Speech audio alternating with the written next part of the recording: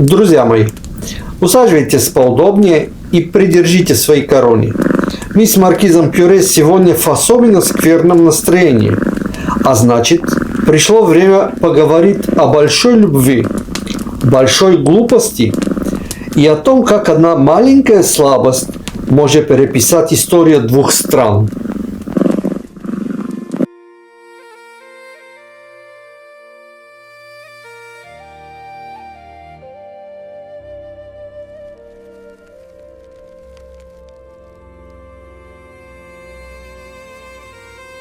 Давным-давно на самом краю обитаемого мира, там, где остров Британия врезается в холодные северные волны, жил-был кусок земли. Это не были ласковые луга Англии, это были суровые скалы, глубокие, как бездонные чаши, озера и горы, верхушки которых всегда прятались в облаках, словно не хотели, чтобы их видели чужаки. И жили на этой земле люди, которых называли пиктами. Они покрывали свои тела синими татуировками и были такими же дикими и свободными, как ветер в их горах. У них не было огромных городов, но у них была такая ярость в бою, что даже Великий Рим, хозяин всего мира, споткнулся об эти камни. Представьте, римские легионы покорили Галлию, Египет, Британию, но дойдя до севера, они посмотрели на этих синих парней с топорами, вздохнули и сказали: «Знаете что, мы просто построим здесь стену, огромную стену от моря до моря, и сделаем вид, что там дальше ничего нет».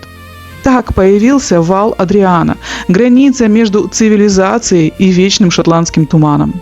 Долгое время земля эта звалась Альба, коротким, как выдох, кельтским именем, означающим «белое», или «светлое». Возможно, из-за заснеженных пиков, а возможно, из-за чистоты этих диких просторов. Но история любит перемены. С запада, из-за моря, на легких лодках приплыли скотты. Это были люди искры и движения. Само их имя, если верить древним наречиям, шептало о странниках и воинах. Они не просто пришли, они принесли с собой свой язык, свои дерзкие легенды и веру, которая оказалась сильнее камня. Шли века, и мягкие напевы скотов стали звучать в долинах чаще, чем тайный язык коренных пиктов. Культура пришельцев, словно крепкий эль, смешивалась с местной силой, постепенно становясь главной нотой в этой симфонии. И вот, когда короли объединили разрозненные племена в один кулак, старое имя Альба осталось для домашних песен, а для всего мира родилось новое слово – Скотланд. Так, имя одного народа однажды стало именем целого королевства. Друзья мои, разумеется, у всякой земли рано или поздно появляется тот, кто садится повыше остальных и объявляет себя главным. Так было и здесь. Сначала правили не короли в привычном нам позднем смысле, а вожди и правители отдельных племен и областей. Это был мир, где власть держалась не столько на аккуратной бумаге и семейном древе, сколько на силе, родстве, военной удаче и умении убедить остальных, что именно ты сегодня достоин сидеть на троне. Проще говоря, не всегда правил старший сын, чаще побеждал тот, у кого больше мечей и сторонников. Но земля требовала стабильности. Невозможно строить страну, если каждое утро ты не знаешь, кто будет твоим королем к ужину. И вот, шаг за шагом, обычай «выбери самого крепкого из родни» начал уступать место тому, что мы называем сегодня династией. Вот так и появилась первая по-настоящему великая фамилия – Макальпины. Здесь власть уже не просто захватывали, ее старались удержать внутри одной большой семьи. И именно в этой суровой и величественной семье, в этом бурлящем котле крови и амбиций, появился человек, чье имя позже станет синонимом мрачных тайн. У принцессы из рода Макальпинов и великого грозного правителя северных земель Морея родился сын. Мальчик получил имя, которое сегодня может показаться нам странным и очень непривычным. Только вслушайтесь. Мак Бетят Мак Финдляйх. Согласитесь, звучит как заклинание древнего друида. Но мир узнает его совсем под другим именем, коротким, как удар меча – Макбет. Да-да, тот самый, о ком спустя столетия напишет свой бессмертный шедевр Уильям Шекспир. Только вот правда, как это часто бывает, оказалась куда светлее театральных кулис. Наш Макбет не был тем мрачным безумцем, которого мы привыкли видеть на подмостках. Он не был случайным захватчиком. Именно по праву крови своей матери-принцессы он пришел к трону, чтобы принести на израненные земли долгожданный покой. Представьте себе, целых 17 лет он твердой рукой правил страной. Это была эпоха, когда мечи реже выходили из ножен, а люди могли спокойно растить хлеб. Но история, как и положено хорошей пьесе, никогда не стоит на месте. Макбет правил мудро, но не оставил после себя сыновей, лишь дочерей. И хотя сегодня наш рассказ пойдет не о нем, мы просто не могли пройти мимо, не поклонившись этой великой тени, пока гуляем по дорогам старой Альбы. Время шло, короли сменяли друг друга. В 1058 году к власти пришла мощная и гордая династия Данкельдов. Именно при них страна начала обретать ту стать, которой мы восхищаемся даже сегодня. Это были времена великих строек. На неприступной скале начал расти величественный Эдинбург. По всей земле поднимались шпили соборов, а суровые кланы учились жить по единому королевскому закону. Век за веком корона Данкельдов передавалась от отца к сыну. Страна процветала, защищала свои границы и ковала свой непокорный характер. Казалось, этот род пустил корни в шотландскую землю так глубоко, что ни один шторм не может его пошатнуть. Рыцари клялись в верности, поэты слагали баллады, а в замковых залах всегда звучали голоса наследников. Пока однажды. Друзья мои, представьте, на дворе вторая половина 13 века. Шотландия под крылом династии Данкельдов расцвела. На троне восседал король Александр III. Статный, мудрый и, казалось, поцелованный самой судьбой. У Александра было все, о чем только мог мечтать монарх. Преданный народ, красавица-жена и 3 чудесных детей, 2 сына и дочка. Будущее короны казалось крепким, как стены Эдинбургского замка. Живи, охоться в густых лесах, пей эль и радуйся жизни. Но, как мы с вами знаем, в те суровые века удача была дамой капризной, а история любила внезапные повороты сюжета. Первый удар пришелся в самое сердце. В 1275 году умирает его верная спутница, королева Маргарита. Александр остался один, но у него еще были дети, его надежда. Однако смерть уже вошла во вкус. Дочь Маргарет. Ее выдали замуж за норвежского короля, чтобы скрепить союз 2 северных держав. Но море и суровый климат не пощадили принцессу. В 1283 году она умирает в родах, оставив после себя крошечную девочку. Сын Давид, младший принц, надежда на продолжение рода, угасает от болезни еще ребенком.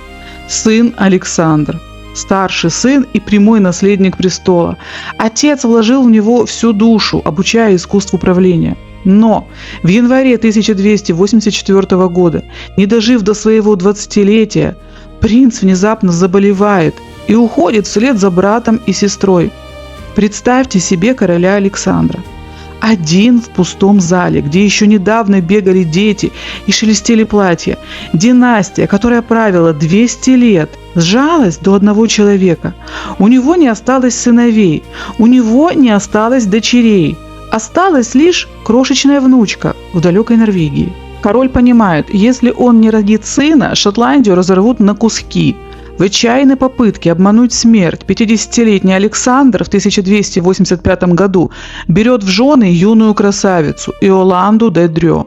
Свадьба была пышной, но, говорят, во время пира в зале появилась фигура смерти. Очень дурное предзнаменование, которое заставило гостей вздрогнуть. И вот, прошел почти год со дня той пышной свадьбы с юной Иоландой. Весь этот год Шотландия жила, затаив дыхание. Король Александр отчаянно, всей душой мечтал лишь об одном – услышать от молодой жены заветные слова «У нас будет наследник». А потом наступает 19 марта 1286 год.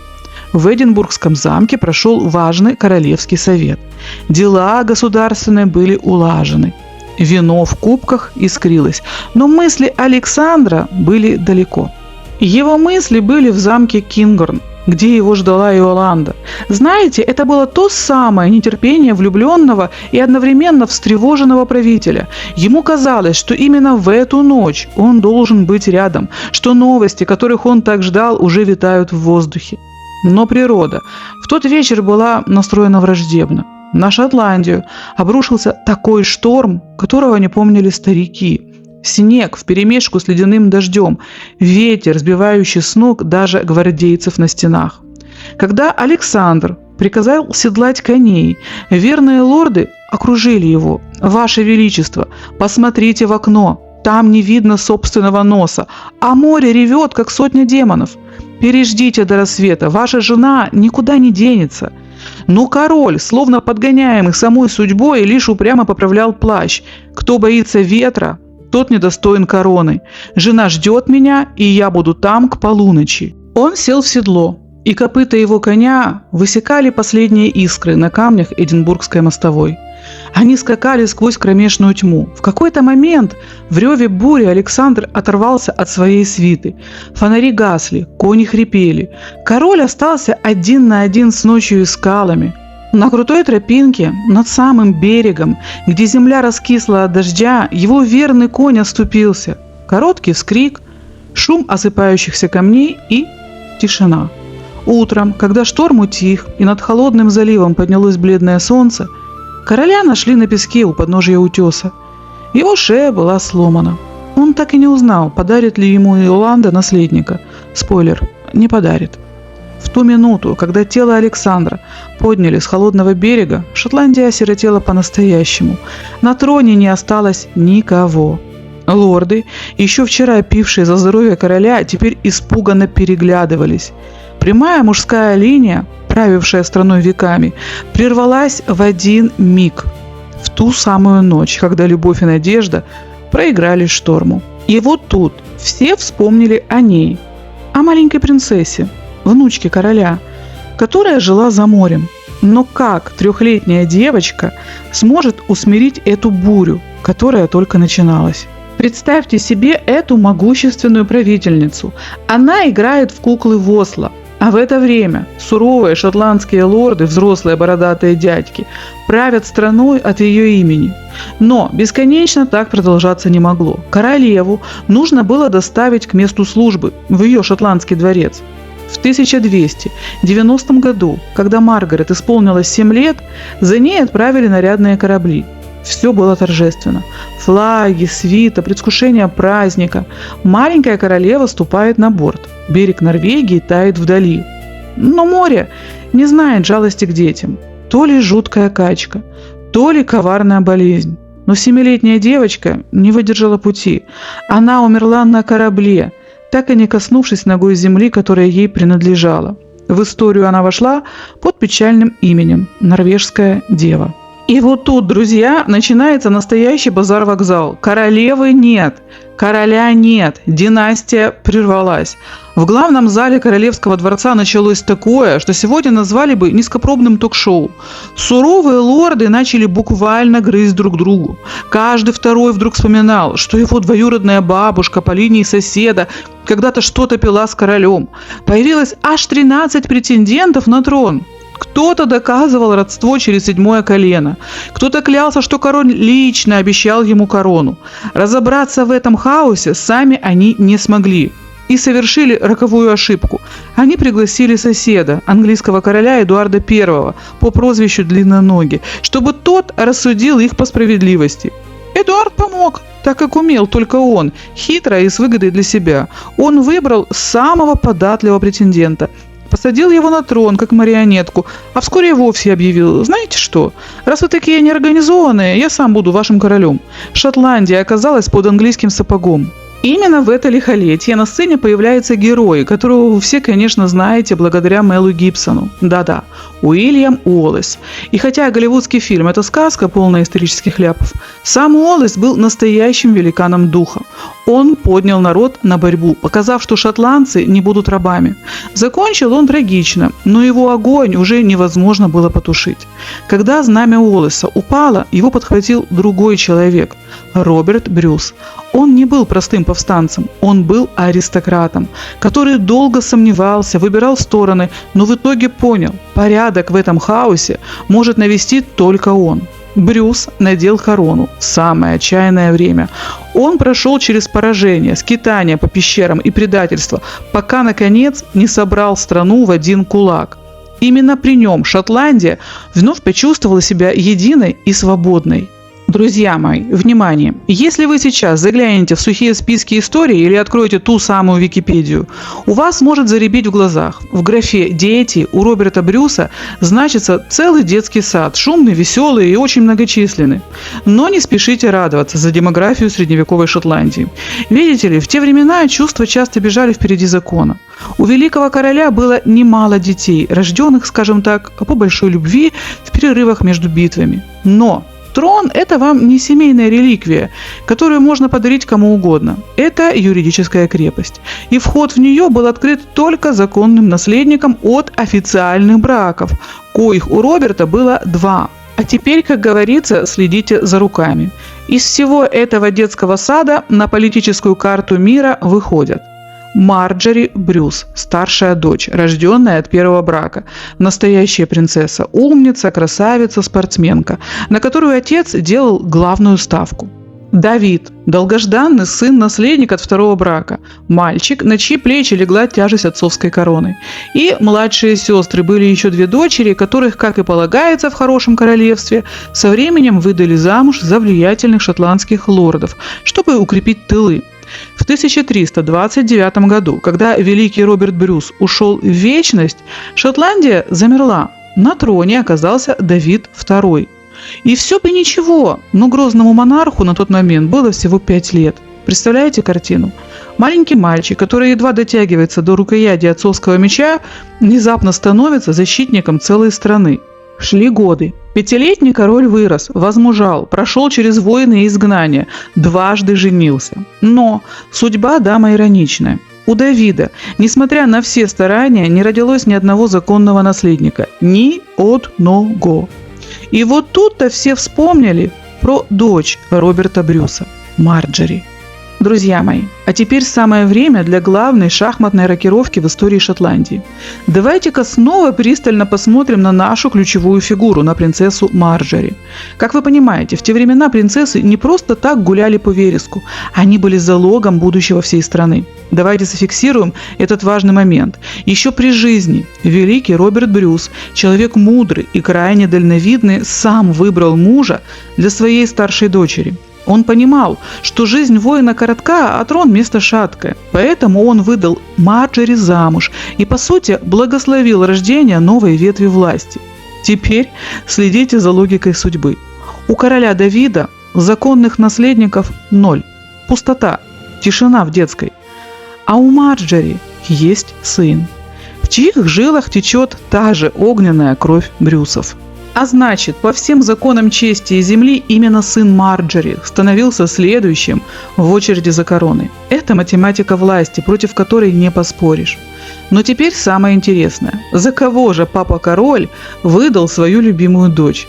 Кто был этот счастливчик, чьи потомки на 300 лет займут трон и изменят мир? Друзья мои, давайте на минуту забудем о золотых коронах и заглянем в кузницу истории. Ведь род, которому суждено было править веками, начинался вовсе не с королевских колыбелей. Представьте себе обычную, пускай и благородную семью, которая приехала на эти туманные берега из далекой Британии. В их жилах не текла кровь древних вождей. Они не вели родословную от богов. Это были люди служивые, крепкие, но бесконечно далекие от трона. Примерно так же, как мы с вами сегодня далеки от полета на Альфа-Центавру. В те древние времена, как вы понимаете, никаких паспортов и наследственных фамилий не существовало. Людей называли просто по имени, по месту рождения или потому, что они умели делать лучше всего. Если вы виртуозно ковали, вас бы назвали кузнецов. Если бы вы мастерски строили дома – плотников. А если ваши предки, как и мои, верно служили делу щита и меча, то вы солдатов. Вот так коротко и ясно имя говорит само за себя. Но нашим героям выпала доля иная. Эти бретонские рыцари оказались настолько толковыми и верными, что правящие короли Шотландии доверили им самое сокровенное – управление своими государственными домами. Их назначили на почетную и крайне ответственную должность – Верховный Стюарт. Друзья мои, давайте на секунду остановимся и распробуем это слово на вкус. Что же такое Стюарт? Если заглянуть в самые корни, то это слово настоящий исторический гибрид. Оно склеено из двух частей. «Сти», что означает «дом» или «холл», и «вард», что означает «страж» или «хранитель», то есть дословно «хранитель дома». Иронично, не правда ли? Если перевести это на наш современный слегка приземленный язык, то это завхоз.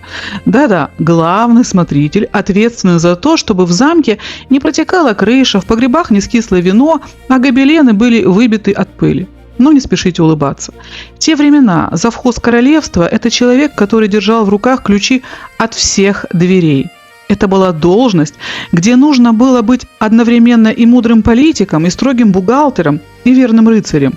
И вот здесь начинается та самая ирония судьбы, о которой мы говорили. Эти люди настолько виртуозно делали свою работу, что она начала передаваться от отца к сыну как священная реликвия. Представьте, рождается мальчик в этой семье, и соседи уже не спрашивают, а кем он станет. Они кивают: «О, еще один Стюарт».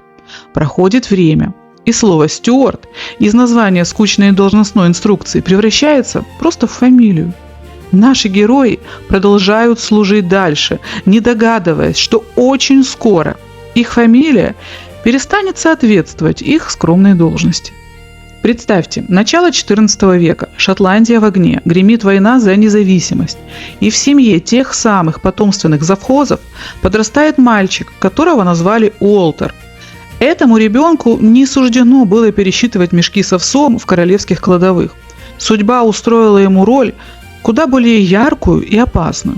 Пока великий Роберт Брюс собирал страну в кулак, наш юный Стюарт сменил связку ключей на тяжелый меч. Он стал не просто хранителем дома, а стальной правой рукой короля, блестящий воин, верный как гранитная скала. В 21 год он уже командовал целым полком. Роберт Брюс умел ценить преданность. И вот, когда дым сражений немного рассеялся, король решил отблагодарить своего верного Стюарта по-королевски, в самом прямом смысле этого слова. Только представьте себе этот тектонический сдвиг. Король отдает в жены главному смотрителю свою любимую старшую дочь, принцессу Марджори. Мы, конечно, всем сердцем надеемся, что это была любовь с первого взгляда. Но история шепчет нам, это был еще и блестящий расчет. Верный слуга, ставший зятем короля. Что может быть надежнее? Свадьба была пышной, молодые счастливы, и Шотландия на мгновение выдохнула. Казалось бы, вот оно счастье.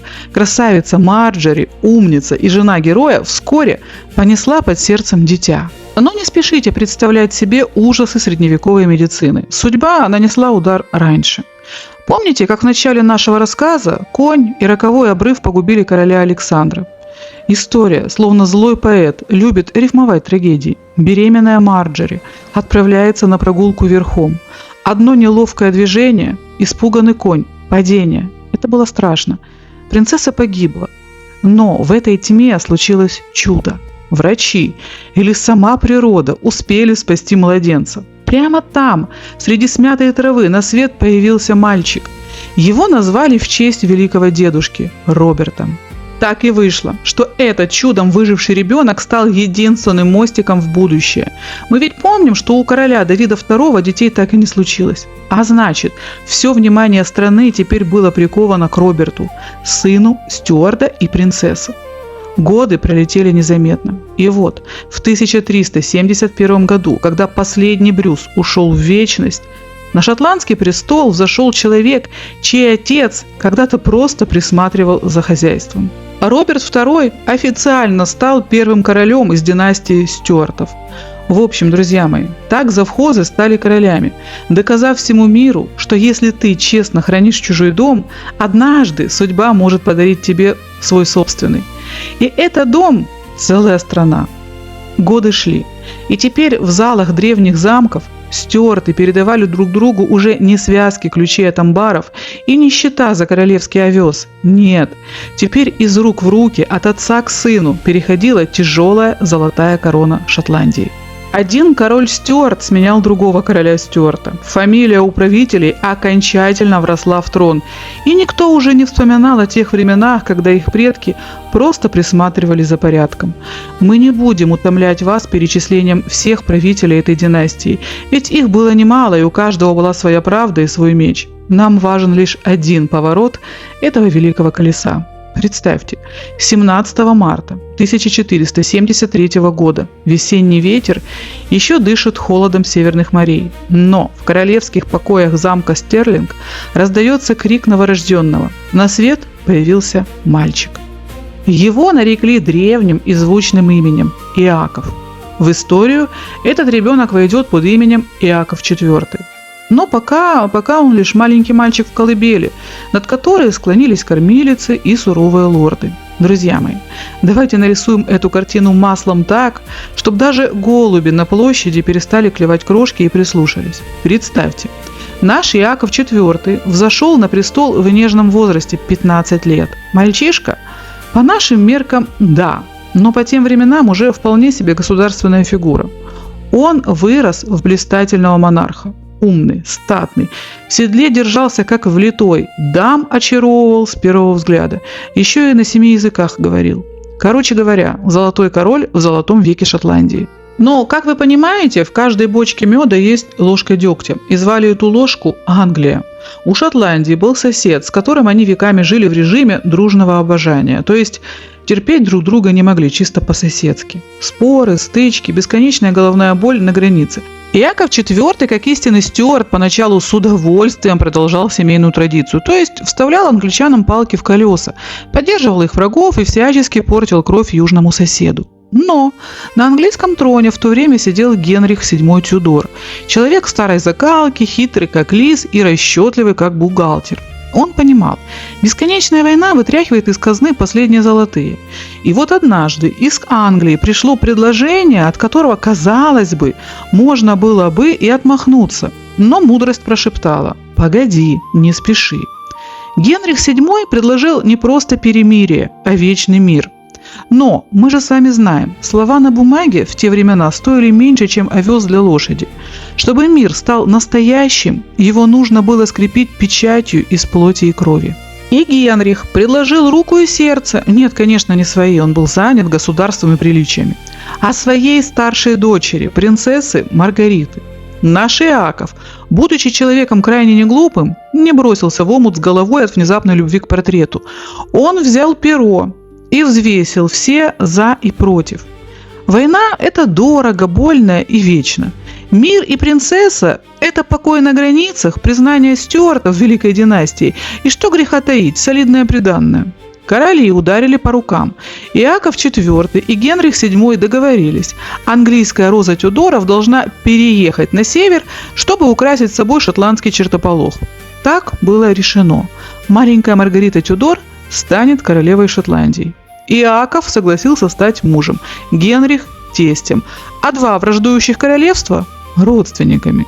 Никто из них тогда и в самом страшном сне не мог представить, что через 100 лет именно этот расчетливый брак приведет к тому, что потомки завхозов наденут еще и английскую корону. Но это будет потом, а пока договор подписан. Гонцы скачут во все концы, и Шотландия начинает готовиться к встрече своей новой госпожи. Как вы думаете, легко ли было английской девочке осознать, что теперь ее дом – суровые скалы Эдинбурга? 29 ноября 1489 года у короля Генриха VII и его красавицы жены Елизаветы Йоркской рождается девочка. Знаете, обычно в те времена рождение принцессы встречали сдержанным, ну, слава богу, жива-здорова. Но тут все было иначе. Во-первых, наследник принц Артур уже был. А во-вторых, малышка стала живым символом того, что войны алой и белой розы наконец-то закончились. Ее назвали Маргаритой. Конечно, не в честь какой-то там дальней родственницы или модной святой. Ее назвали в честь Маргариты Бофорт. той самой железной леди, женщины, которая пережила 3 брака, роды в 13 лет и гражданскую войну, чтобы в итоге посадить своего сына на трон. Бабушка, увидев внучку, не заплакала, слезы были не в ее стиле. Она лишь сжала тонкие губы и кивнула. Достойное имя. Именно под крылом этой пожилой, невероятно властной и религиозной до мозга костей дамы и предстояло расти маленькой Маргарите. Бабушка Бофорт обожала внучку той странной любовью, которая бывает у стали к стали. Жестко, требовательно, но преданно. Правильное образование в понимании Маргариты Бофорт означало молитвы, смирение, управление поместьями и латынь. А вот маленькая Марго решила иначе. Девочка росла не просто веселой, она была живым фейерверком в строгих покоях Тюдоровского двора. Там, где брат Артур перелистывал фолианты, а брат Генри, будущий 8-й, уже начинал дуться от чувства собственной важности, маленькая Маргарита устраивала пляски с фрейлинами, таскала пирожные с королевской кухни и обожала праздники. Именно она, единственная из детей, могла поспорить с младшим братом Генрихом, и не просто поспорить, а настоять на своем, топнув ножкой и вскинув подбородок, точь-в-точь, как бабушка Бофорт. Генрих злился, но уважал, потому что характер у сестры действительно прорезался тот самый, железный, но покрытый золотом и кружевами. Шли годы. Ах, друзья мои, если бы вы думали, что детство принцессы длилось вечно, то вы плохо знаете династию Тюдоров. Когда Маргарите исполнилось 9, ко двору явились шотландские послы. Жених, король Яков IV шотландский, взрослый мужчина, охотник, поэт и повеса. Свадьба была решена на высшем уровне. Но тут в игру вступила Маргарита Бофорт. Старая леди вызвала сына короля на приватный разговор. «Не отдам», – отрезала она. «Посмотрите на нее, она же совсем ребенок. Хотите отправить ее в ваши холодные северные скалы сейчас? Ждите. Невеста должна подрасти, а детство продлится». И знаете что? Против воли этой женщины не пошел даже король. Маргарет Бофорт отвоевала для своей любимицы еще несколько лет золотого английского детства. Она дала внучке время окрепнуть и научиться держать спину так ровно, чтобы ни одна корона в мире не смогла бы ее согнуть. Но время неумолимо. Шел роковой 1503 год. Февраль в Лондоне выдался ледяным, но холод в стенах Вестминстерского дворца был куда страшнее. В свой день рождения, не справившись с тяжелыми родами, уходит из жизни прекрасная королева Елизавета Йоркская. Для нашей 13-летней Маргариты это был удар, от которого земля уходит из-под ног. Только представьте, еще вчера мама была рядом, гладила по волосам и шептала сказки. А сегодня в залах дворца повисла глухая черная тишина. Но скорбь скорбью, а политика по расписанию. Бабушка Маргарита Бофорт, та самая железная леди, которая, спойлер, переживет не только невестку, но и собственного сына, понимала. Больше времени отвоевать не получится. 1503 год не просто принес траур, он принес перемены. Сундуки уже были собраны. Тончайший шелк, тяжелый бархат, золотая посуда – все это богатство было упаковано. Но пахло оно не радостью, а слезами. Бабушка лично, с присущей ей стальной хваткой, проверяла каждый шов, каждую опись. Она не просто паковала вещи, а она вооружала внучку для битвы за шотландский трон. Слезы вытри, ты Тюдор. В холодной Шотландии никто не должен видеть, как дрожат твои руки. Наверняка шептала она, передавая внучке драгоценный молитвенник. В июне того же года бесконечный кортеж двинулся на север. Маргарита садится в карету, и сердце ее замирает, за спиной свежая могила матери. Впереди чужая страна, туманы и муж, которого она не знает. И тут случается невероятное. Король Генрих VII, человек-скала, человек-бухгалтер, который, казалось, вместо сердца носил счетную книгу, решает лично проводить дочь часть пути. Говорят, этот суровый монарх не выдержал. Когда пришло время окончательно прощаться, на глазах у железного короля блеснули слезы. Он обнял ее и тихо сказал: «Будь мудрой, доченька, помни, чья кровь в тебе течет». Это было не просто прощание отца, это была передача эстафеты власти. Так и случилось, друзья. Английская роза Тюдоров, еще совсем юная, но уже закаленная горем и бабушкиным характером, отправилась в долгий путь. Она ехала туда, чтобы стать живым мостом между двумя враждующими мирами. Друзья мои, давайте на минуту поставим себя на место 13-летней Маргариты. Представьте, интернета нет, из соцсетей только сплетни служанок. А вся государственная пропаганда годами вбивала вам в голову, что Шотландия – это край в вечных туманах, где по скалам бегают свирепые люди в звериных шкурах с топорами наперевес. Для юной английской принцессы поездка на север выглядела не как свадебное путешествие, а как депортация в логово лесного чудовища. Она наверняка ехала и дрожала: «Боже, за кого меня выдают? Он же дикарь. Он же, небось, ест сырое мясо и спит на камнях». Страх был такой, что хоть караул кричи. Но пока наша бедняжка Маргарита в своей золоченой карете судорожно сжимает бабушкин молитвенник и гадает, съедят ее сразу или сначала заставят учить их странный язык, давайте-ка остановим ее на пыльной дороге и перенесемся в Эдинбург. Пора познакомиться с тем самым чудовищем, которое уже вовсю готовило свадебный пир. Если бы Маргарита знала правду, она бы не дрожала, а скорее всего подгоняла бы кучера. Наш Иаков IV был кем угодно, только не дикарем. Представьте себе высокого статного мужчину в самом расцвете сил, ему 30. У него была роскошная темная борода, шотландский шик, и глаза, которые, по словам современников, видели человека насквозь. Он был великолепным наездником и рыцарем, который не пропускал ни одного турнира.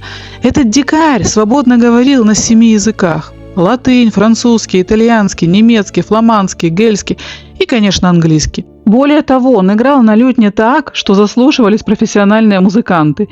Иаков был фанатом науки, он обожал медицину и даже сам, слабонервным не слушать, пробовал лечить зубы и пускать кровь своим придворным.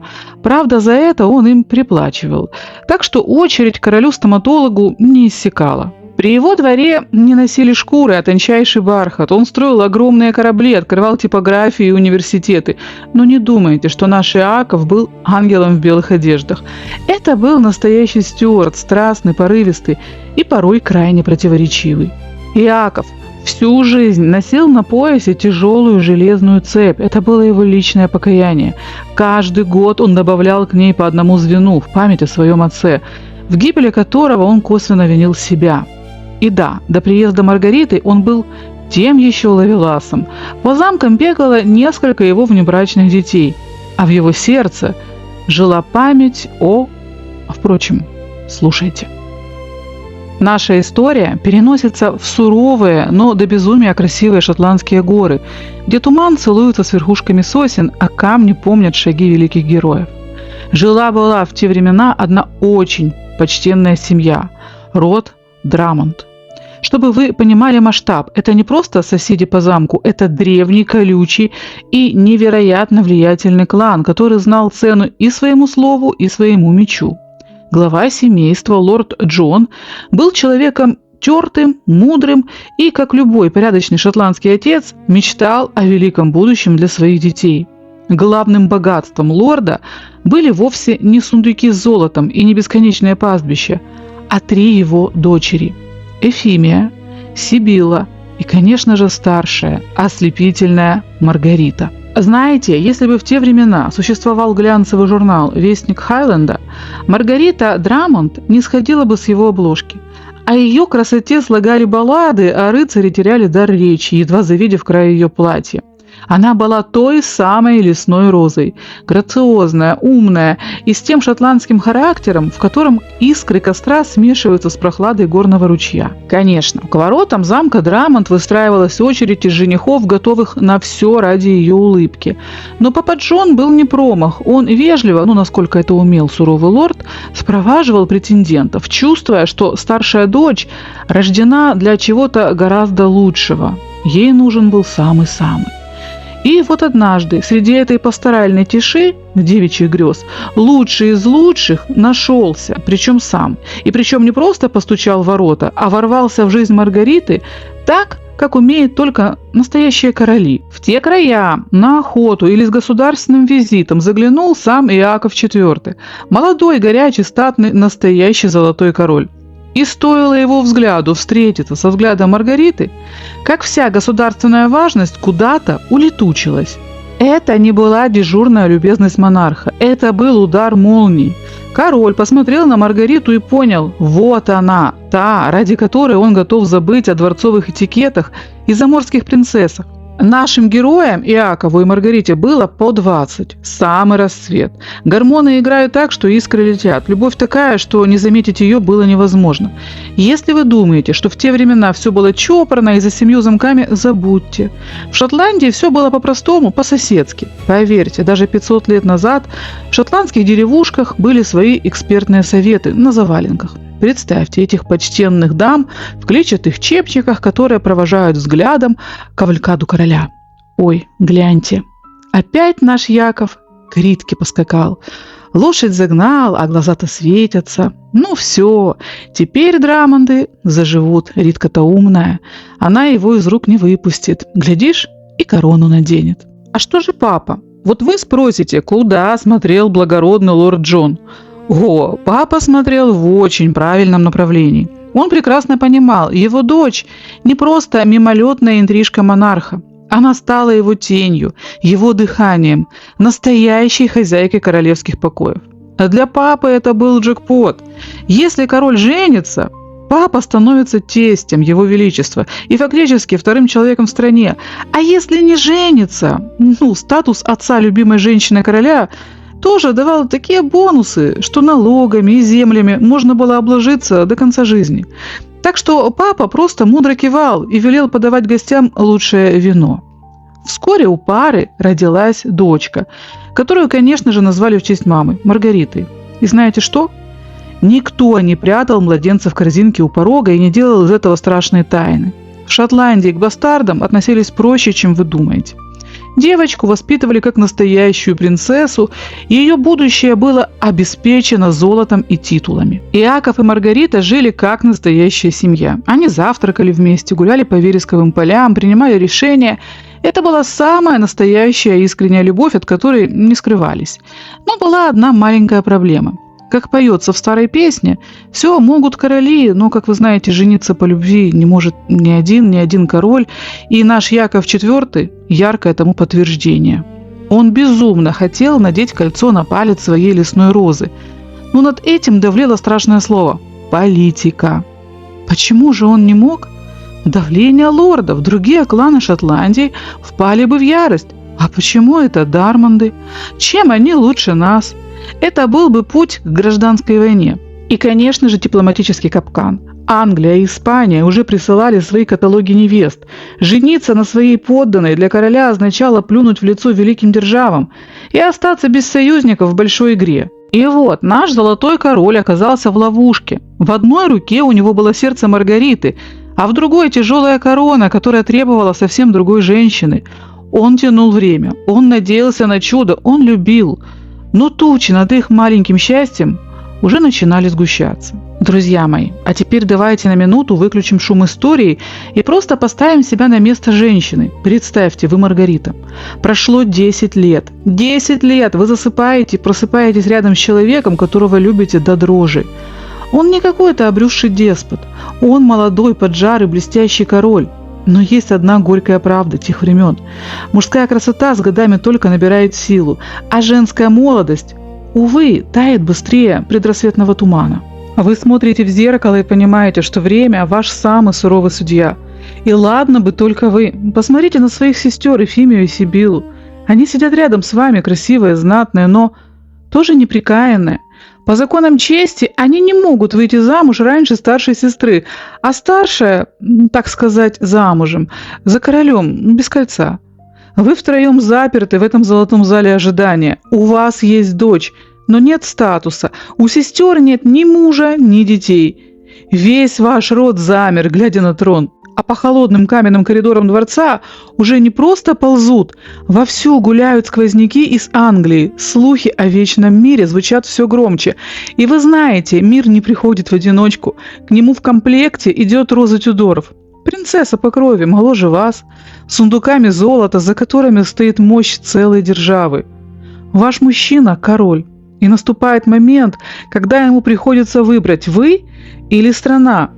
И он выбирает, конечно же, страну. Он не бросает вас, нет. Он сжимает ваши руки и клянется: ничего не изменится. Ты все та же, моя единственная, моя лесная принцесса. Ну придет эта девочка из Лондона, ну посидит она в парадных залах, родит наследников для протокола. Но сердце-то мое у тебя. Красивые слова, правда? Но поставьте себя на место женщины, которая 10 лет была здесь единственной хозяйкой.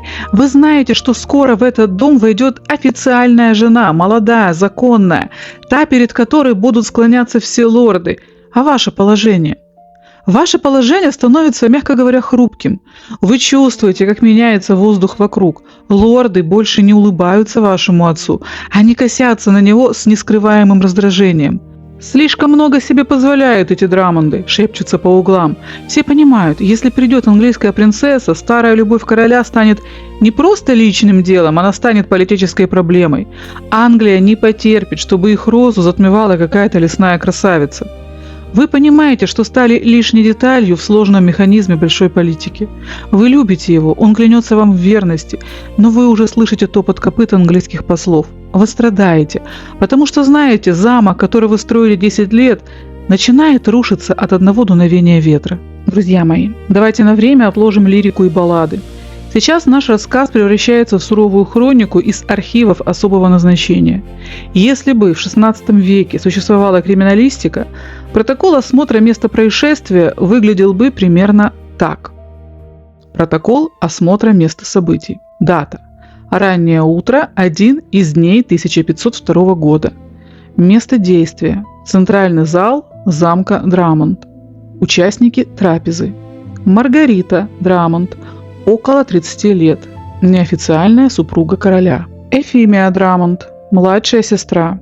Сибила Драмонт, младшая сестра. Обстоятельства дела. Утро началось буднично. Сестры собрались за длинным дубовым столом на завтрак. Настроение, как отмечали позже слуги, было обычным.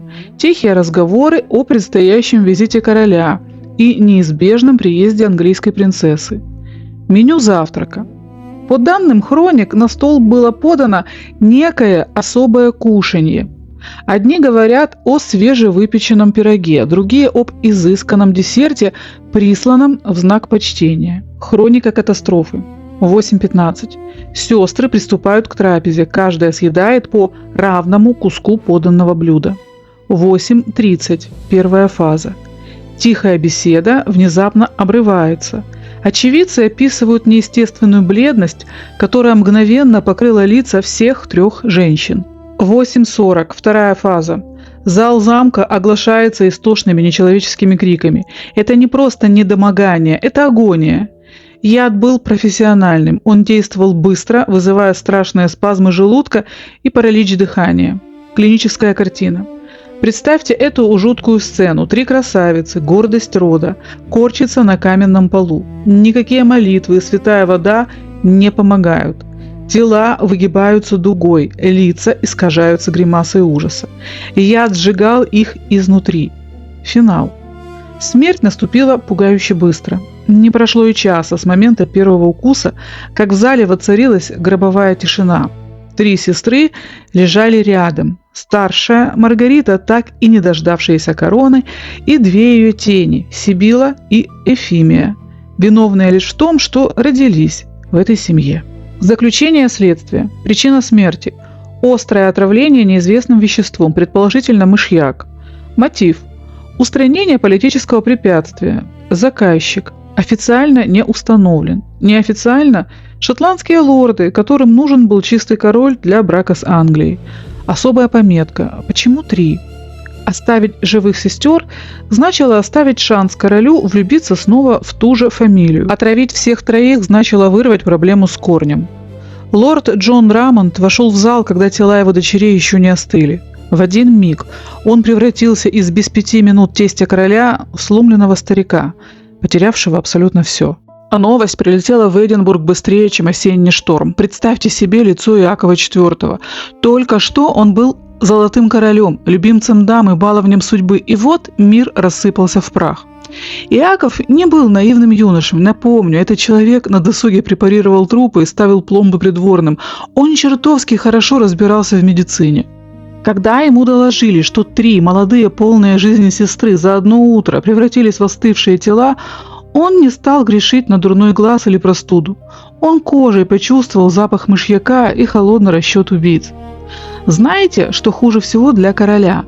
Это когда ты понимаешь, кто это сделал, зачем это сделал. Но ты должен молчать. Это была не просто трагедия, это была черная метка от его собственного окружения. Лорды Шотландии – это вам не плюшевые мишки, это суровые волки, которые решили: хватит бирюлек, Ваше Величество, любовь любовью, а нам нужен мир с Англией. И нам нужен не просто союз, а идеальный муж для английской принцессы. Никаких лесных роз.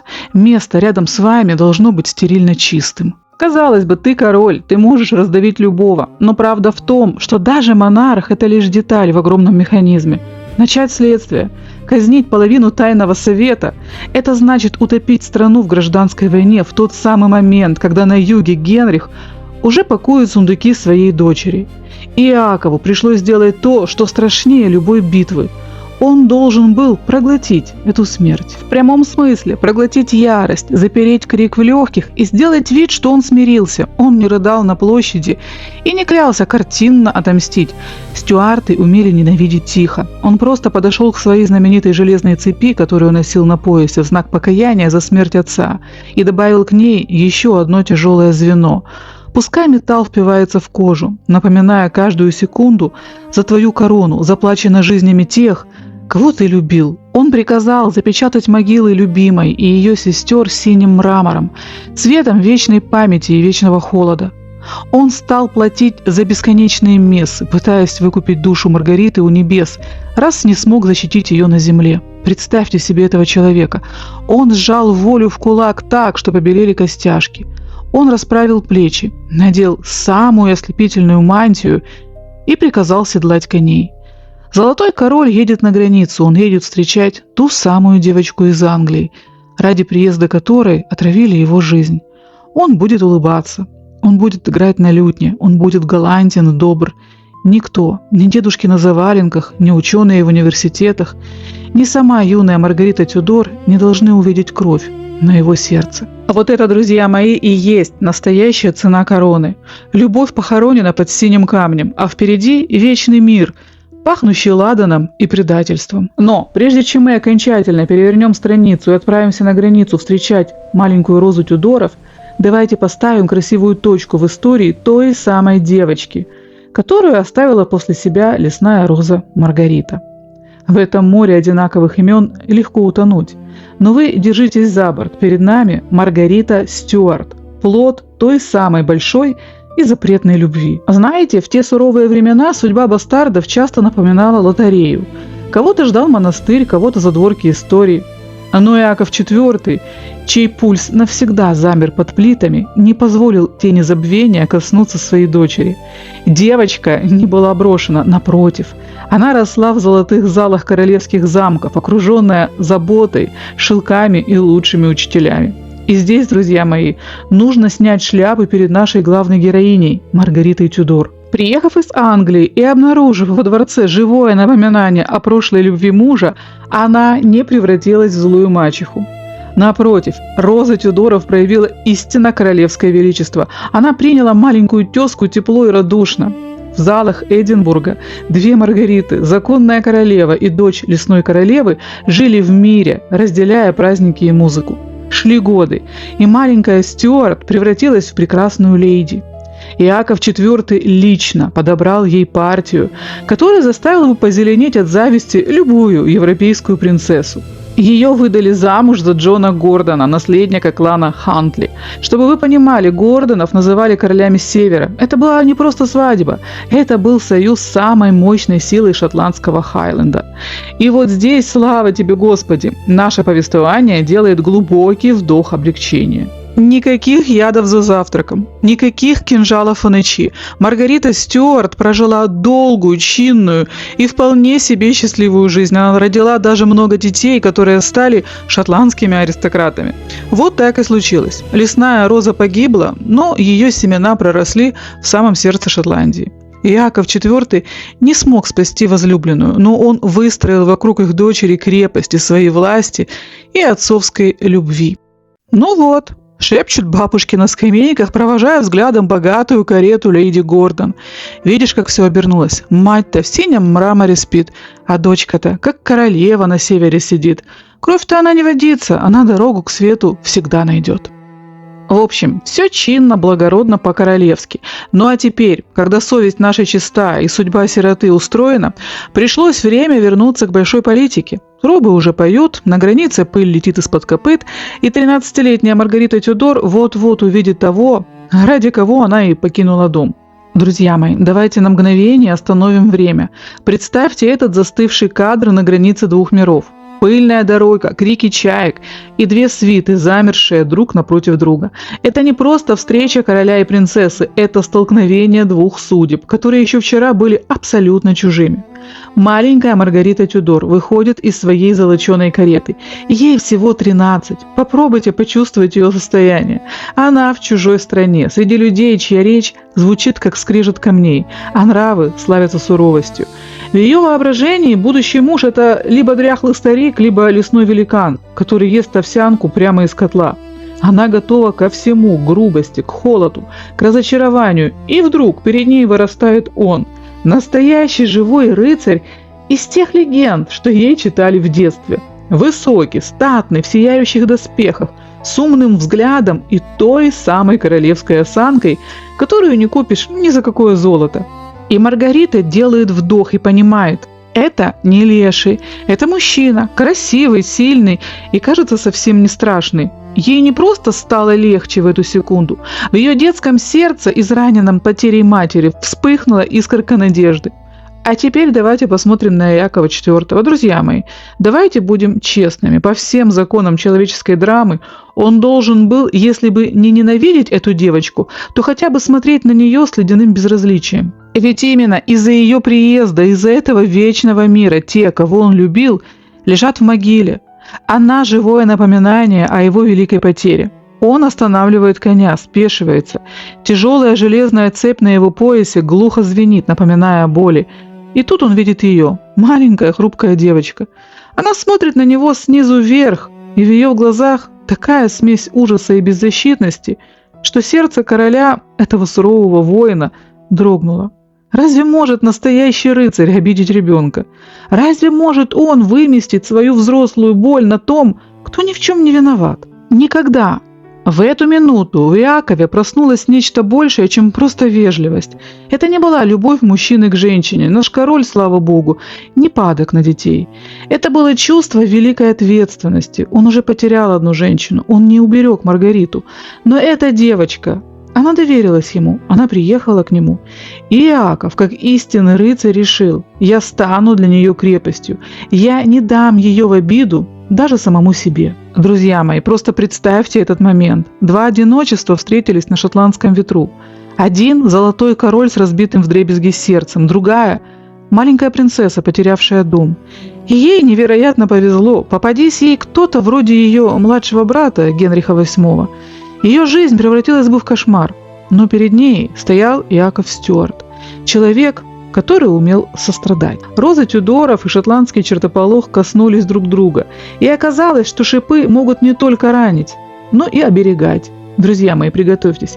Сейчас будет та часть нашей истории, от которой сжимается сердце даже спустя 500 лет.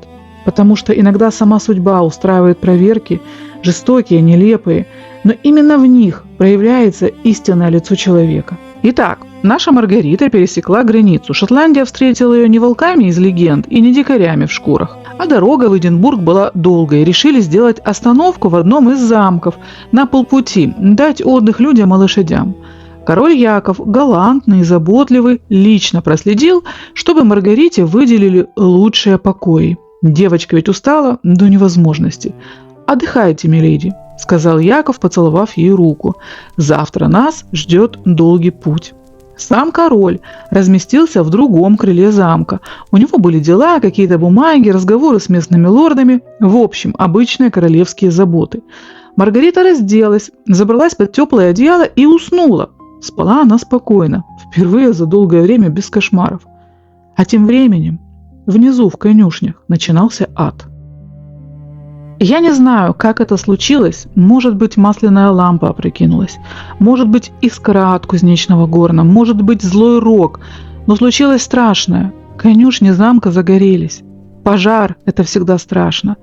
Но пожар в конюшне – это крик, это ужас, это запах горящей плоти и соломы, который никогда не выветрится из памяти тех, кто его вдыхал. Там, в этих конюшнях, стояли кони. Те самые, что везли ее от самого Лондона. Белоснежные, золотистые, вороненые. Каждый был подобран с любовью. Каждый знал ее голос. Они не были просто животными. Они были ее последней живой нитью с домом.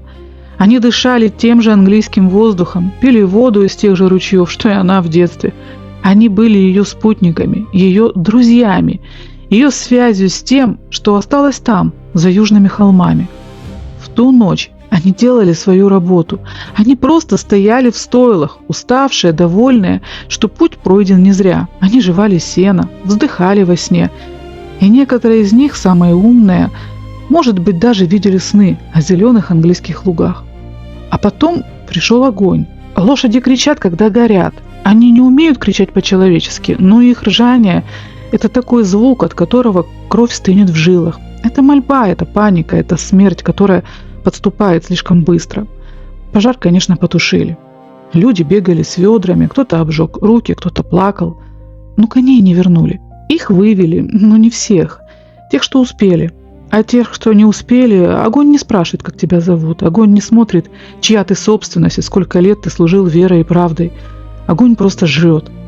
Маргарита плакала. Но не так, как плачут принцессы в романах. Красиво, с жемчужными слезами и изящно приложенным платочком. Нет, она рыдала. По-детски, по-настоящему. Всхлипывая, вытирая нос рукавом, трясясь всем телом.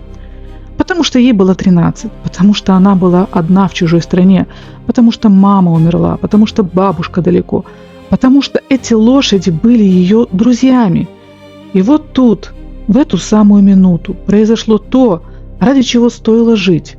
Король Яков IV, взрослый мужчина, которому шел 4-й десяток, который воевал, охотился, пил с лордами и спал с прекрасными дамами, он узнал о случившемся, он примчался. Не послал гонца, не велел передать соболезную, не отмахнулся, подарим новых. Увидев ее горе, он не стал читать нотации. Чтобы хоть немного отвлечь ее, чтобы вернуть свет в эти детские глаза, он устроил перед ее окнами настоящий рыцарский турнир одного актера. Он горцевал на своих лучших жеребцах, он показывал чудеса выездки, он заставлял коней танцевать под ее окнами, пока на лице Маргариты не промелькнула первая робкая улыбка. Но самое главное случилось, когда пришла пора ехать в Эдинбург.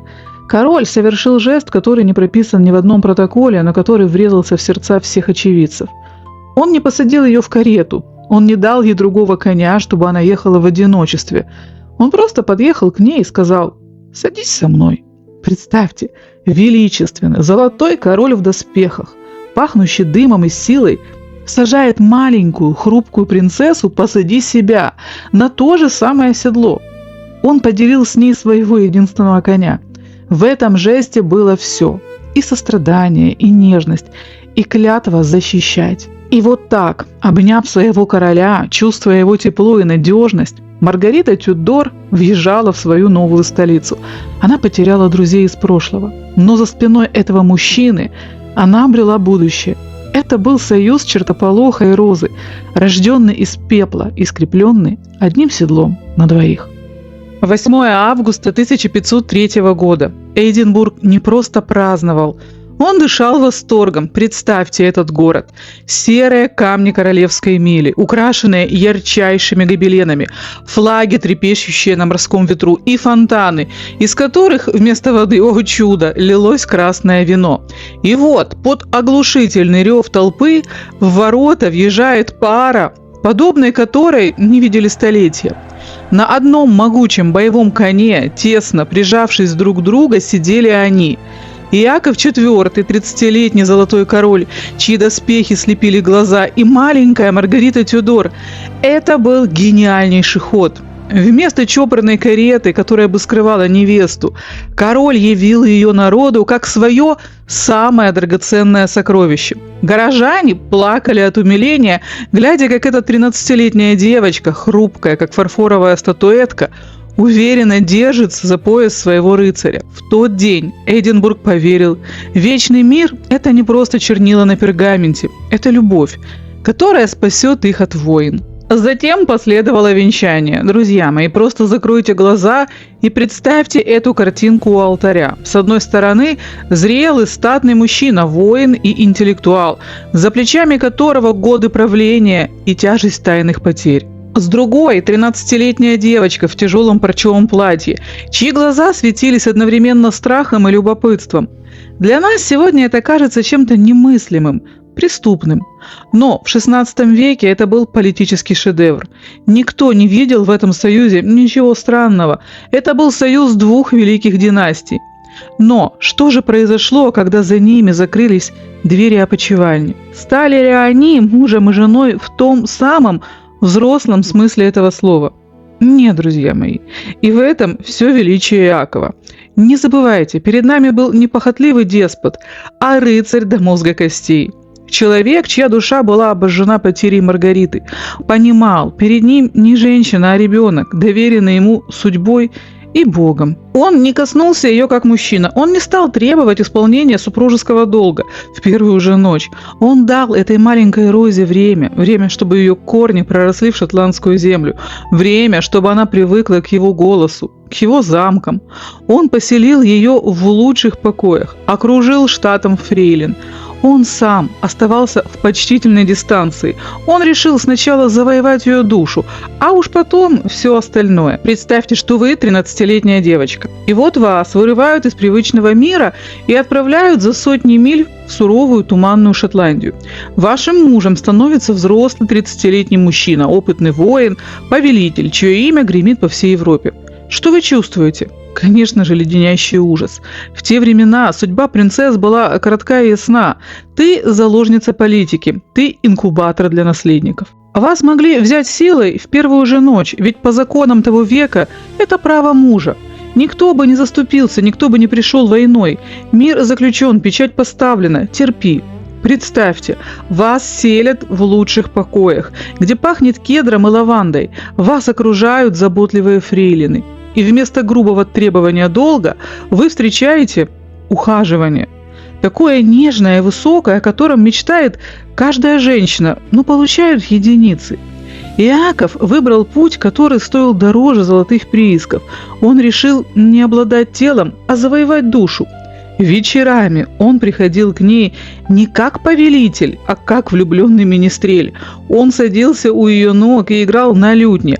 Его пальцы перебирали струны, а голос выводил старинные баллады так сладко, что каменные стены замка, казалось, начинали светиться изнутри. Он читал ей стихи на латыни и французском. Он дарил ей редких птиц и заморские сладости. Он спрашивал ее мнение о книгах и музыке.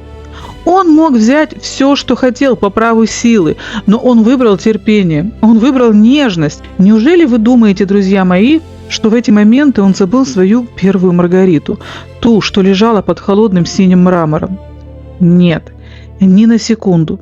Железная цепь на его поясе каждый день напоминала ему о цене любви и власти. Но, возможно, именно эта неутихающая боль и сделала его таким святым в его отношениях к юной жене. Он словно заглаживал вину перед всем женским родом. Он не хотел больше смертей, не хотел больше слез. Его доброта была его покаянием. А Маргарита смотрела на него и постепенно взрослела, год за годом. Сначала, возможно, настороженно, потом с интересом, потом с доверием. А потом, наверное, с тем тихим женским изумлением, которое приходит, когда страх почему-то не оправдывается, а вместо него рядом оказывается человек, в котором есть сила, и при этом нет желания тебя растоптать. И вот скажите честно, как тут не влюбиться? Как не потянуться сердцем к мужчине, который в мире, где мог позволить себе почти все, выбрал доброту, нежность и терпение? Да, он был королем, но в этот момент он был еще и рыцарем, настоящим. А такие, как вы понимаете, и тогда попадались нечасто. И сейчас, прямо скажем, тоже далеко не на каждом углу. Друзья мои, давайте на минуту приземлимся из рыцарских баллад в реальную жизнь. Ведь 16 век 16 веком. А женское сердце, оно и в Африке, и в Шотландии одинаковое. К 15 годам наша Маргарита расцвела. И вот то самое, о чем мы все понимаем, наконец случилось. Это не было насилием. Она сама летела к этому моменту на крыльях первой любви. Они стали мужем и женой во всех смыслах. Казалось бы, живи и радуйся, муж красавец, ты королева, подруги в Лондоне лопаются от зависти. Но тут, как водится, в идеальной картинке появляется первая трещина. Представьте ситуацию, которую эксперты на заваленках обсудили бы с особым пристрастием. Вы обожаете мужа, он носит вас на руках, играет на лютне, и вдруг до вас долетают слухи о некой Джанет Кеннеди. Сначала вы думаете, было и было, дело прошлое, он же теперь мой. Но не тут-то было. Оказывается, эта дама не просто бывшая, она мать его сына. И что самое обидное, она совершенно не собирается уходить на пенсию. Ваш рыцарь все так же ее навещает, все так же шлет ей подарки. И вполне возможно, поет ей те же самые серенады, что и вам, разве что слова в куплетах меняет местами. И вот тут начинается та самая психология, которую мы с вами так любим. Маргарита выросла. Она уже не 13-летняя девочка, она женщина, которая знает, что такое измена. Она начинает понимать страшную истину. Ее муж не просто любит ее, он в принципе любит женщин. Всех. Сразу. Он смотрит на вас с восхищением, да, но точно с таким же восхищением он смотрит на фрейлину в коридоре или на знатную даму на приеме. Для него женская красота – это стихия, которой он не может или не хочет сопротивляться. Представьте, вы знаете, что он вам не верен. Вы злитесь, вы кипите, вы устраиваете те самые тюдоровские скандалы с битьем посуды и криками на весь замок. Вы клянетесь, что больше не пустите его на порог. Но входит он. Один его взгляд, пара нежных слов, то, как он берет вас за руку, и все. Ваша броня рассыпается. Он умеет так себя вести с женщиной, он так чувствует женскую натуру, что вы просто не можете на него долго злиться. Он мастер обольщения, и вы его главная, далеко не единственная зрительница. Конечно, сегодня бы мы могли сказать: собирай чемоданы, топни ногой и уходи к маме. Пусть он сам живет со своим зоопарком. Но в 16 веке чемоданов не было, а папа-король в Лондоне вряд ли бы обрадовался возвращению дочери из-за такой ерунды. Но дело даже не в политике. Психологически Маргарита была в ловушке своей любви. Он влюбил ее в себя профессионально. Он был хорошим парнем, даже в своих изменах. Он не унижал ее, он всегда относился к ней с колоссальным уважением. Это классическая история, которая встречается и сегодня. Мужчина-бабник, но он настолько обаятелен и так умеет заглаживать вину, что женщина продолжает его любить, зная все. Она прощала, потому что рядом с ним чувствовала себя королевой, даже если знала, что за стеной он делает королевой еще кого-то. Вот так они и жили, в этой странной смеси обожания, ревности и смирения. Маргарита понимала, что она его роза, его законная супруга и партнер по власти. Но она также понимала, что его сердце – это проходной двор для красоты. Она страдала, безусловно. Это не было легко ни тогда, ни сейчас. Но понимала, что этот израненный лев в железных цепях был для нее лучше, чем любой верный, но скучный лорд. А теперь, когда мы обрисовали эту непростую психологическую картину их союза, давайте перейдем к тому, что по-настоящему объединяет даже самых неверных мужей и ревнивых жен, к их детям. И поверьте, там судьба приготовила им испытания, перед которыми меркнет любая ревность. 1507 год. Весть о том, что королева Маргарита ждет ребенка, разнеслась по горным долинам быстрее весеннего ветра. Шотландия в те дни буквально жила молитвой. В каждом соборе, в каждой лачуге просили об одном – о мальчике, о наследнике, который свяжет кровь Тюдоров и Стюартов в неразрывный узел. И когда в феврале в замке Холерут раздался первый крик новорожденного, казалось, сами горы содрогнулись от ликования. Родился сын. Его назвали Иаковом, ну или по-английски Джеймсом, в честь отца, в честь деда, в честь самой надежды. Это была невероятная радость. Король светился от гордости. Маргарита, измученная, но счастливая, смотрела на свое сокровище. Пушки полили, вино лилось рекой, и все думали: ну вот оно, началось наше великое будущее. Но, как это часто бывает в старинных легендах, за ослепительным светом по пятам шла тьма. Спустя всего несколько дней после родов радость сменилась ужасом. Маргарита заболела. Это не была обычная простуда. Коварная родильная горячка вцепилась в юную королеву мертвой хваткой. Маргарита, еще вчера сиявшая красотой, начала угасать прямо на глазах. Лихорадка сжигала ее, силы покидали тело. Врачи бессильно разводили руками и уже шептались в коридорах: «Готовьте саван, королева не доживет до рассвета». И вот тут, друзья мои, на сцену вновь выходит наш настоящий Иаков. Тот самый неверный рыцарь, у которого были Кеннеди и десятки других дам. В один миг он забыл обо всех своих фаворитках, о политике, о турнирах. В его сердце осталась только она, его Маргарита, его маленькая англичанка, которая подарила ему сына, и теперь уходила во тьму. Иаков совершил то, на что решился бы не каждый мужчина. Он не стал просто сидеть и плакать. Он решил выкупить ее жизнь у Бога. Король отправился в отчаянное паломничество. Представьте, сотни миль по суровым разбитым дорогам севера Шотландии. Он скакал один, без свиты, не щадя ни коней, ни себя. Ветер хлестал его по лицу, дождь заливал глаза. Но он все гнал и гнал вперед, шепча молитвы. Это был рыцарский марафон против самой смерти. Он стегал коня, он падал от усталости, но он доехал, он вымолил. И представьте себе, случилось чудо. Когда король вернулся в замок, ему сообщили, что королева пришла в себя. Маргарита начала поправляться. Она встала на ноги. Ее глаза снова обрели блеск. Казалось бы, Бог принял жертву. Счастье! Ах, если бы! Друзья мои, приготовьтесь к самому страшному повороту. Жизнь в те времена была жестоким бухгалтером. За каждое спасение она требовала плату. Пока Маргарита восстанавливалась, заболел маленький принц. Тот самый Иаков-младший, надежда всей страны, внезапно начал увядать в своей золоченой колыбели. И ни молитвы короля, ни слезы матери уже не могли помочь. В феврале 1508 года мальчик умер. Он прожил год и 6 дней и уснул вечным сном, оставив после себя оглушительную тишину в детских комнатах. Но, друзья мои, жизнь в XVI веке была суровым учителем. Королевство не могло ждать, пока высохнут слезы матери. Нужно было идти дальше. И судьба, казалось, дала им шанс. В те самые горькие дни Маргарита уже снова носила под сердцем дитя. Супруги молились, затаив дыхание: пусть этот ребенок выживет, пусть он заменит потерю.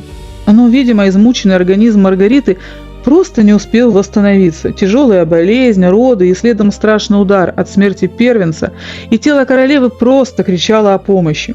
В июле, когда шотландское лето было в самом разгаре, начались преждевременные роды. Крохотную девочку спасти не удалось. Она ушла, едва коснувшись этого мира. Ее похоронили сразу. Представьте себе это состояние. 2 маленьких гробика за 5 месяцев. Любая другая женщина сломалась бы, но Маргарита была сильной. Никто не собирался останавливаться. Наследник был нужен Шотландии как воздух. И вот вскоре по залам Эдинбурга вновь раздается шепот: королева снова беременна. Опять коленопреклоненные мессы, опять надежда, смешанная со страхом. Но в апреле 1509 года, когда природа только начинала расцветать, из Англии прискакал гонец с черной вестью. Генрих VII умер. Тот самый суровый, расчетливый отец, который когда-то отправил свою маленькую Розу в Шотландию ради вечного мира. Он ушел в историю.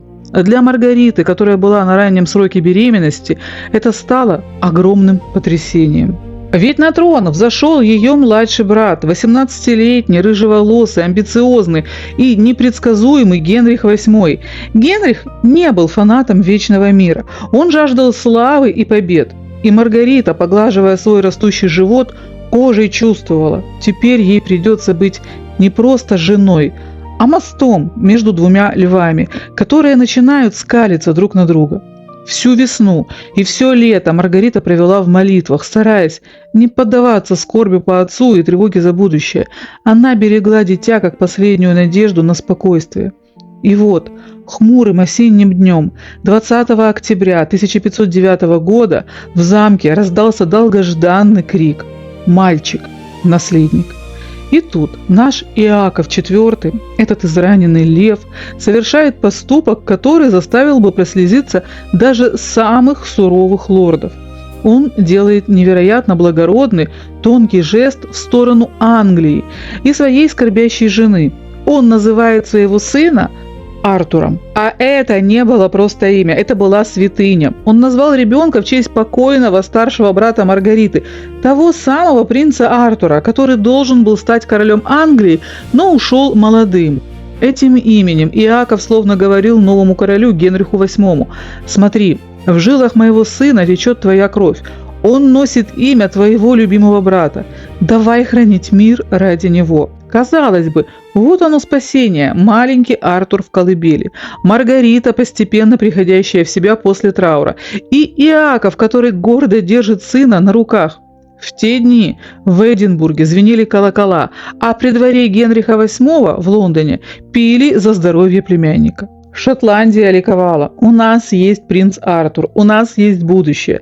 Маргарита смотрела на мужа с бесконечной благодарностью за этот жест, и на мгновение показалось, что все беды остались позади. Но на этом «но» мы замираем, потому что судьба в те времена была капризной дамой, а маленькие принцы слишком хрупкими созданиями для этого сурового мира. Мы не станем утомлять вас бесконечными политическими интригами, которые в те дни плелись между Эдинбургом и Лондоном. Скажем лишь вкратце, чтобы вы почувствовали атмосферу. Воздух между Англией и Шотландией начинал тяжелеть. Молодой Генрих VIII, едва взобравшись на трон, проявил свою истинную тюдоровскую натуру. Он попросту зажал наследство собственной сестры. Те самые личные деньги и драгоценности, которые старый король завещал Маргарите. Пока она в Шотландии надеялась на братскую поддержку, Генрих кормил ее обещаниями, а сам уже поглядывал в сторону Франции, мечтая о ратных подвигах. А что же маленький принц? Он рос. Ну как может расти младенец в те суровые времена? Он лежал в своей золоченой колыбели, посапывал, сжимал крошечными пальчиками край одеяла и самим своим существованием удерживал двух могучих королей от драки. Он был тем самым мостиком, по которому Англия и Шотландия могли прийти к настоящему миру. Но пришел июль 1510 года, и Артура не стало. Он просто умер. В те века это называли детской немочью, внезапная лихорадка или инфекция, против которой были бессильные молитвы короля и лучшие лекари Европы. Маленький мальчик, чье имя должно было возродить величие Камелота, тихо закрыл глаза. Он ушел вслед за своим старшим братом Иаковом и той крошечной сестрой, которую Маргарита даже не успела прижать к сердцу. 3 колыбели, 3 надежды, 3 маленьких гробика за 3 года. А, друзья мои, давайте на мгновение выдохнем и всмотримся в это странное и гулкое затишье между 1510 и 1512 годами. Жизнь в шотландских замках превратилась в тягучую рутину, где за внешним блеском турниров скрывалась холодная дипломатическая война. Представьте себе будни Маргариты. Она пишет гневные письма королю в Лондон. Ее родной брат Генрих VIII окончательно сбросил маску любящего родственника и превратился в мелкого лавочника. Он открыто заявлял: «Наследство отца, драгоценности, забудь, сестренка. Пока твой муж дружит с французами, ты не получишь ни шиллинга». Иаков IV, видя слезы жены, приходил в ярость. Он строил огромные корабли, злился, точил мечи и вкладывал всю свою энергию в подготовку к большой игре, словно чувствуя, что вечный мир трещит по швам. И вот, на фоне этих дрязг в покое королевы вновь постучалась весть, которой в Шотландии боялись верить. Маргарита снова ждет ребенка. Это была уже не та радость, что с первенцем. Это был тихий, суеверный ужас. По залам дворца ходили на цыпочках, молитвы шептали еле слышно, словно боясь спугнуть капризную судьбу. Но 10 апреля 1512 года случилось то, что позже назовут чудом. На свет появился мальчик. Крепкий, голосистый, упрямый. Его назвали Иаковом, тем самым, которому суждено было войти в историю под номером 5. Радость отца была такой силы, что ее сложно описать одним словом. А золотой король, этот суровый рыцарь в железных цепях, не просто ликовал, он плакал от благодарности. Он тут же вскочил в седло и отправился в благодарственное паломничество. Он скакал по долинам не просить, а говорить спасибо, веря, что на этот раз небо его услышало. На младенца боялись дышать. Каждое его движение, каждый чих ловили десятки испуганных глаз фрейлин и врачей. Но судьба в те времена не знала милосердия. Не успела Маргарита прийти в себя после родов, как стало ясно. Она снова ждет дитя. Казалось, ее тело стало заложником королевского долга. Но все пошло по старому черному сценарию. Малышка прожила лишь мгновение и ушла в вечность вслед за своими братьями и сестрой. Однако в колыбели все еще сопел маленький Иаков. Он жил. Он держался за этот мир крошечными кулачками. И это давало родителям силы дышать. Друзья мои, давайте остановимся и просто задумаемся. Какое же это было страшное и беспощадное время. Представьте себе женщину, которая за несколько лет хоронит несколько детей. Каждый раз надежда, каждый раз муки родов, и каждый раз черная вуаль и звон колокола по душе младенца. И при этом ты должна держать спину, улыбаться послам и рожать снова и снова и снова. Разбирая такие истории из 21 века, мы просто обязаны радоваться тому, как далеко шагнула медицина. Нам тяжело, почти невозможно понять этот будничный ужас, когда смерть ребенка была не трагедией века, а обычным делом. Мы можем только сопереживать этой сильной женщине, которая среди измен мужа, интриг брата и бесконечных похорон собственных детей умудрялась оставаться королевой. Наследник пока есть, наследник держится. Иаков IV счастлив, Маргарита молится над колыбелью выжившего сына. Но тучи на юге уже не просто сгущаются, там уже сверкают молнии. Друзья мои, давайте на минуту отвлечемся от государственных печатей и заглянем в самую суть того, что значило быть настоящим рыцарем в XVI веке. Спойлер. Иногда это очень мешает человеку просто нормально жить со своей семьей и просто растить детей. Представьте себе картину, которую наши бабушки на лавочке обсудили бы с особым пристрастием. На дворе 1513 год. Маргарита Тюдор только-только выдохнула после рождения сына будущего Иакова V. Пережила очередную потерю младенца, и вы не поверите, снова беременна. Казалось бы, сиди себе в замке, ешь яблоки, вышивай чепчики и жди наследника. Но бегает твой благоверный к своей Кеннеди. Ладно, дело житейское. Главное, чтоб к ужину возвращался. Но не тут-то было.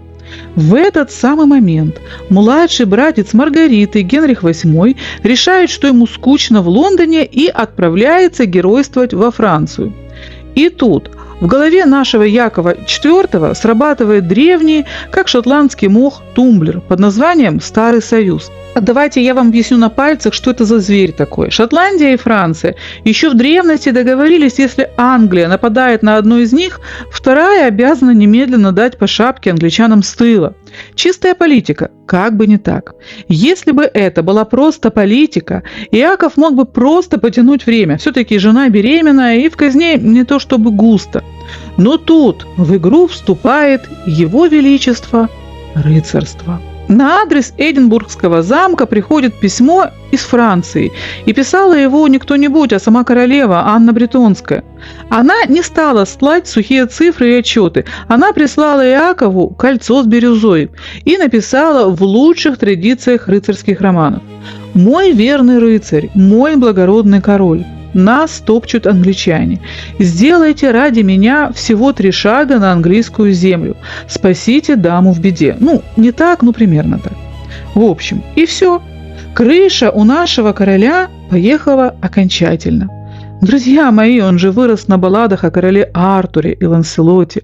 Разве может настоящий рыцарь, любимец всех женщин Европы, сказать «нет» королеве, которая просит о помощи? Да он бы себе этого никогда не простил.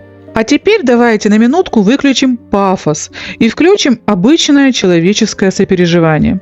Поставьте себя на место Маргариты Тюдор. Представьте, вы молодая женщина, у вас на руках крошечный годовалый Иаков, а под сердцем уже толкается следующий малыш. Вы только что начали привыкать к мысли, что в колыбели наконец-то кто-то спит.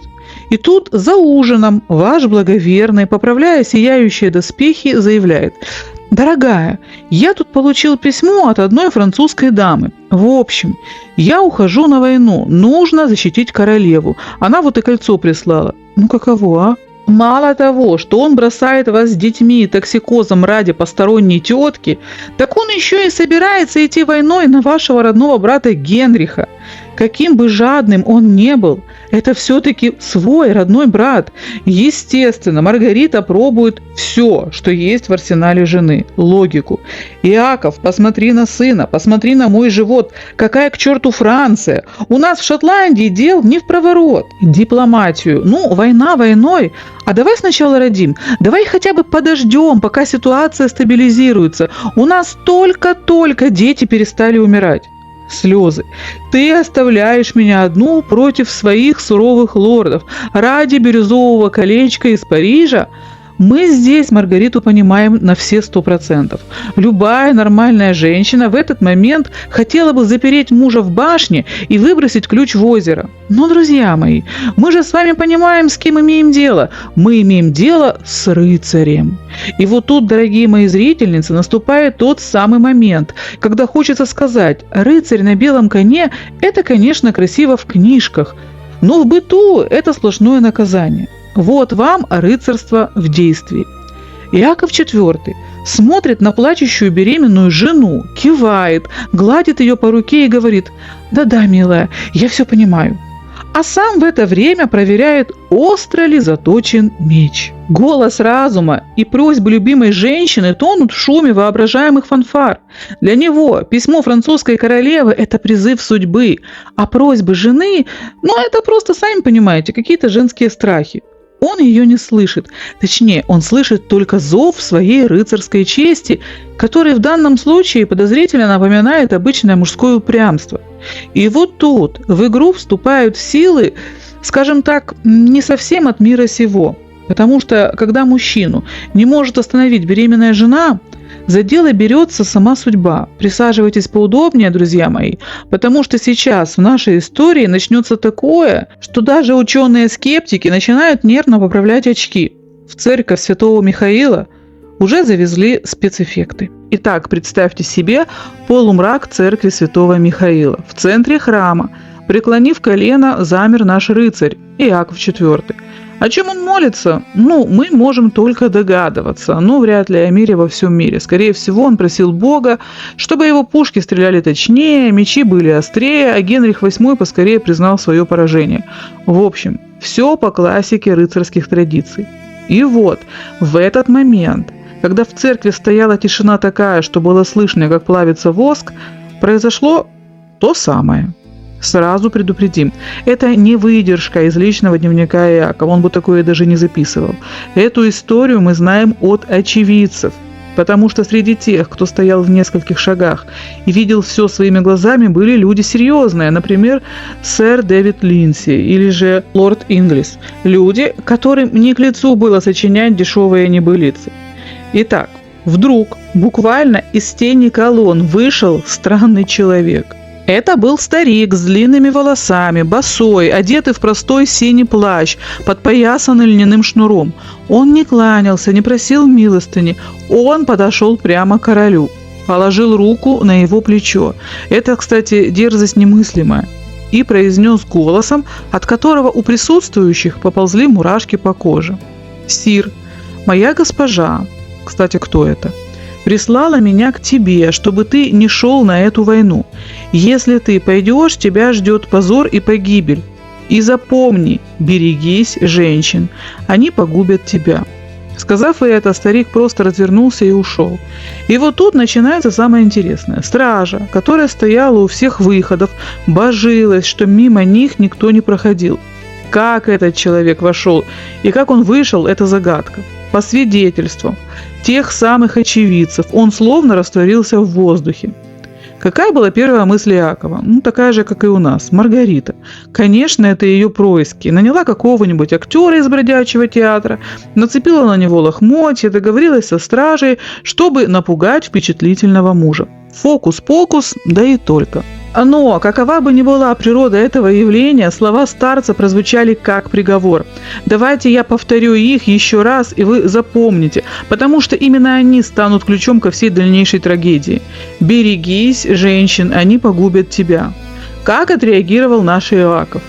Он лишь усмехнулся, он подумал, что остерегаться женщин – это значит просто не слушать нытье Маргариты. Но если вы думаете, что на этом мистика закончилась, то вы ошибаетесь, потому что следом за видениями короля начались видения королевы. Друзья мои, если под этим видео не наберется достаточно лайков, я лично перепишу летописи. И в новой версии я укажу, что того мистического старика подослали именно вы. Это был ваш сосед дядя Гриша, который по вашей просьбе переоделся в синюю простыню, пробрался в 16 век и разыграл короля как по нотам. Так что не подставляйте дядю Гришу, ставьте лайк и едем дальше. И вот тут давайте сразу оговоримся. Свидетелей у этих событий, как вы понимаете, было ровно 2 человека. Сама Маргарита и тот, кто толкался у нее под сердцем. Никаких лордов, никаких поэтов. Все, что мы знаем об этих ночах, мы знаем исключительно со слов самой королевы. Верить или нет? Не знаю. В любом случае, в 21 веке мы бы сказали гормоны, стресс, тревожность. Но в 16 веке сны беременной женщины считались прямым каналом связи с небесами. И, забегая вперед, скажу, эти сны оказались пугающе пророческими. Представьте себе, ночь, замок обдувает холодные шотландские ветры. Свечи догорают. Маргарита просыпается в холодном поту, хватает мужа за руку и дрожащим голосом умоляет его выслушать ее. Что же она видела? Она видела рассыпанный жемчуг. Ей снилось, что ее роскошное ожерелье, подарок мужа, вдруг рвутся, и тяжелые жемчужины рассыпаются по каменному полу, закатываясь в самые темные углы. В народных приметах жемчуг – это всегда к слезам, огромным, горьким вдовьим слезам. И еще она видела падение со скалы. Это было в другом сне. Прям Иаков в сияющих доспехах стоял на вершине высокой скалы, выглядел как бог, как победитель, но вдруг земля уходит у него из-под ног, и он летит в бездну, а его золотая корона разбивается о камни в пыль. Маргарита рыдала, заклинала его. Иаков, это не просто картинки в моей голове, это предупреждение. Ты не вернешься из этого похода. Но, как вы уже, наверное, догадались, наш герой, наш непобедимый рыцарь, только снисходительно улыбался в свои роскошные усы. Представьте реакцию мужчины, который уже видит себя спасителем Франции и победителем Тюдоров. Он обнимал жену, гладил ее по животу и, скорее всего, говорил что-то вроде «Ну, Рита, успокойся. Это все твои страхи за брата Генриха. Ты просто переутомилась. Налейте королеве теплого молока и позовите музыкантов. Пусть сыграют что-нибудь веселенькое». Для него ее сны были лишь продолжением того спектакля со стариком в церкви. Он считал, что Маргарита просто манипулирует им, используя все доступные средства от актеров-призраков до собственных кошмаров. А в итоге рыцарь в нем окончательно победил мужа и отца. Иаков IV не поверил ни небу, ни жене. Он отдает приказ выступать. И вот она, та самая сцена, от которой замирает сердце. Беременная королева стоит на высокой стене замка, ту самую башню до сих пор называют «Ожидание Маргариты». Она кутается в тяжелый плащ и смотрит вслед уходящему войску. Она видит, как солнце играет на шлеме ее мужа, и где-то в глубине души уже понимает – жемчуг начал рассыпаться. Друзья мои, давайте на мгновение забудем о датах и сухой статистике.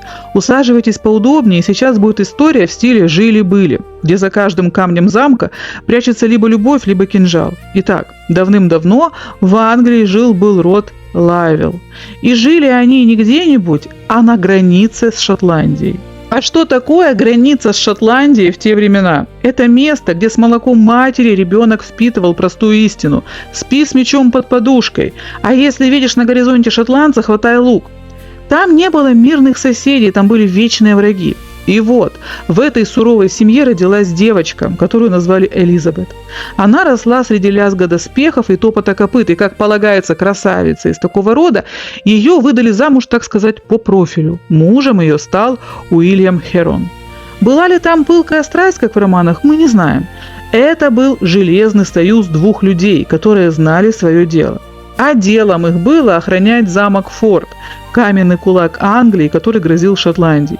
Жили они, защищали свои рубежи, пока однажды лорд Херон не ввязался в очередную пограничную заварушку. В этой стычке он случайно или нет убил сэра Роберта Кера, не просто шотландца, а личного любимца доверенного рыцаря самого короля Иоакова IV. Шотландцы такого не прощают. Уильяма Херона поймали, заковали в цепи и отправили гнить в темницу. Элизабет осталась одна в замке Форт. А теперь, друзья мои, представьте себе эту картину. Две стороны одной медали, которые вот-вот столкнутся. В замке Форт среди холодных стен сидит Элизабет Херон. Ей около 35, самый расцвет. Мы ее лично не видели, но очевидцы в один голос твердили, она была ослепительна. Но за этой красотой скрывался лед. Она ненавидит шотландцев. Она с самого рождения знает, что они враги. А теперь эти враги еще и отобрали у нее мужа. Она сидит в осажденном замке, ее люди на стенах сжимают арбалеты, а в сердце у нее холодная ярость и план мести. И вот по разбитым дорогам, под развивающимися знаменами к замку Форт приближается армия. А впереди нее на прекрасном коне скачет Иаков IV, тот самый король, по чьему приказу муж Элизабет томится в тюрьме. Но вы же помните, друзья мои, кто такой Иаков? Это рыцарь до мозга костей. Он настолько любит женщин, что эта любовь давно вытеснила из его головы элементарную бдительность. Он проигнорировал слезы беременной жены. Он не послушал призраков в церкви. Он пропустил мимо ушей все знаки судьбы. И он подходит к замку Форт не как суровый завоеватель, а как охотник за приключениями. Иаков видит перед собой не вражескую крепость, а красивую женщину в беде. И наш рыцарь, ослепленный собственным пафосом, даже не понимает очевидные вещи. Жена лорда, которого ты держишь в кандалах, это не повод для романа, это повод для смертельной ловушки. И вот они замерли. Она в окне башни, сжимая в руке ключи от замка. Он у ворот, поправляя свой рыцарский плюмаж.